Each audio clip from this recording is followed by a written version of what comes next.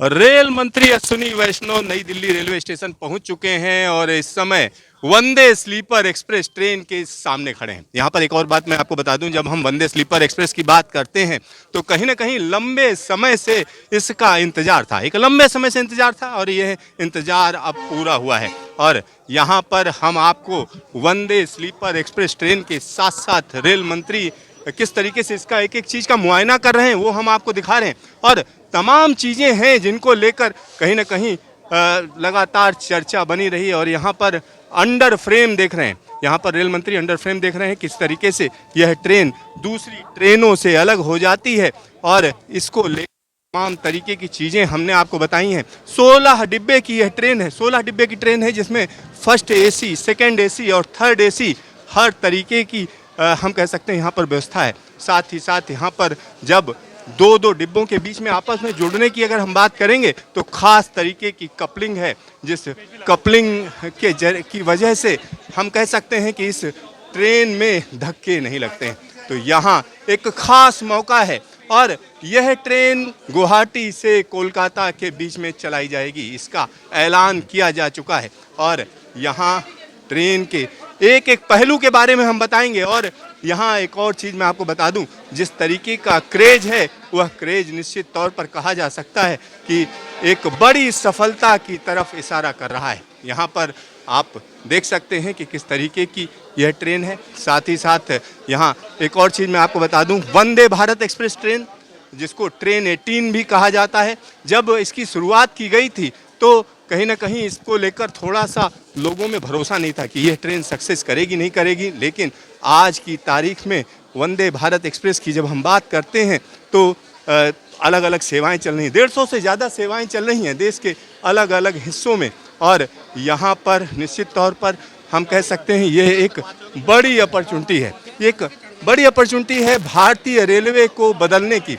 और यह जो बदलाव है, यह बदलाव निश्चित तौर पर कहा जा सकता है कि भारतीय रेलवे को एक अनूठा कहीं ना कहीं मकाम दे रही है। और यहाँ पर एक और बड़ी बात मैं आपको बता दूं, जब इस ट्रेन की कॉस्ट की बात आती है, लागत की बात आती है तो और 120 करोड़ की लागत से इस ट्रेन को हम कह सकते हैं तकरीबन बनाया गया है। साथ ही साथ यह ट्रेन बीएमएल में तैयार हुई है, आईसीएफ का हम कह सकते हैं डिज़ाइन है, आईसीएफ का डिज़ाइन है। लेकिन यह ट्रेन निश्चित तौर पर भारतीय रेलवे के एक नए अंदाज को दिखा रही है, क्योंकि अब आने वाले वक्त की अगर हम बात करेंगे तो आने वाले वक्त में निश्चित तौर पर कहा जा सकता है कि भारतीय रेलवे एक नए अंदाज में एक बड़ा बदलाव कर रही है। क्योंकि जहां एक तरफ हम कहें एक साल के अंदर 12 स्लीपर ट्रेनें आनी हैं, तो वहीं दूसरी तरफ अगर हम देखें तो कहा जा सकता है 200 और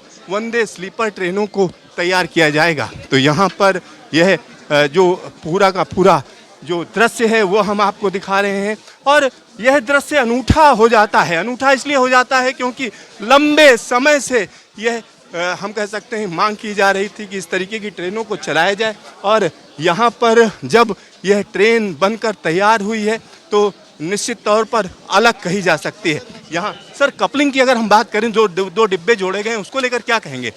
तो यहाँ पर रेल मंत्री कहीं ना कहीं कई चीज़ों के बारे में हम कह सकते हैं तमाम जानकारी देते रहे। टेक्निकल जानकारी की जब हम बात करते हैं तो तकनीक के बारे में, साथ ही साथ यहाँ पर एक अगर हम वंदे भारत की लीगेसी की बात करें तो निश्चित तौर पर भारतीय रेलवे को निश्चित तौर पर बदलने का काम वंदे भारत एक्सप्रेस ट्रेन ने किया है। और यहाँ आप देख सकते हैं कि एक एक चीज़ को बड़ी आसानी से और बड़े करीने से, बारीकी से देखते हुए, एक एक चीज़ को कहीं ना कहीं उस पर नज़र रखते हुए, क्योंकि जब हम इस तरीके की ट्रेनों की बात करते हैं तो वर्ल्ड क्लास भारतीय रेलवे बनानी है, विकसित रेल बननी है और विकसित रेल से ही भारत विकसित होगा, ये निश्चित तौर पर कहा जा सकता है। तो यहाँ हम अपने तमाम दर्शकों को एक एक जानकारी लगातार देते रहें और इसी तरीके से हम कह सकते हैं कि इस ट्रेन के अंदर क्या क्या चीज़ें हैं, फर्स्ट एसी कैसा है, सेकंड एसी कैसा है, थर्ड एसी कैसा है,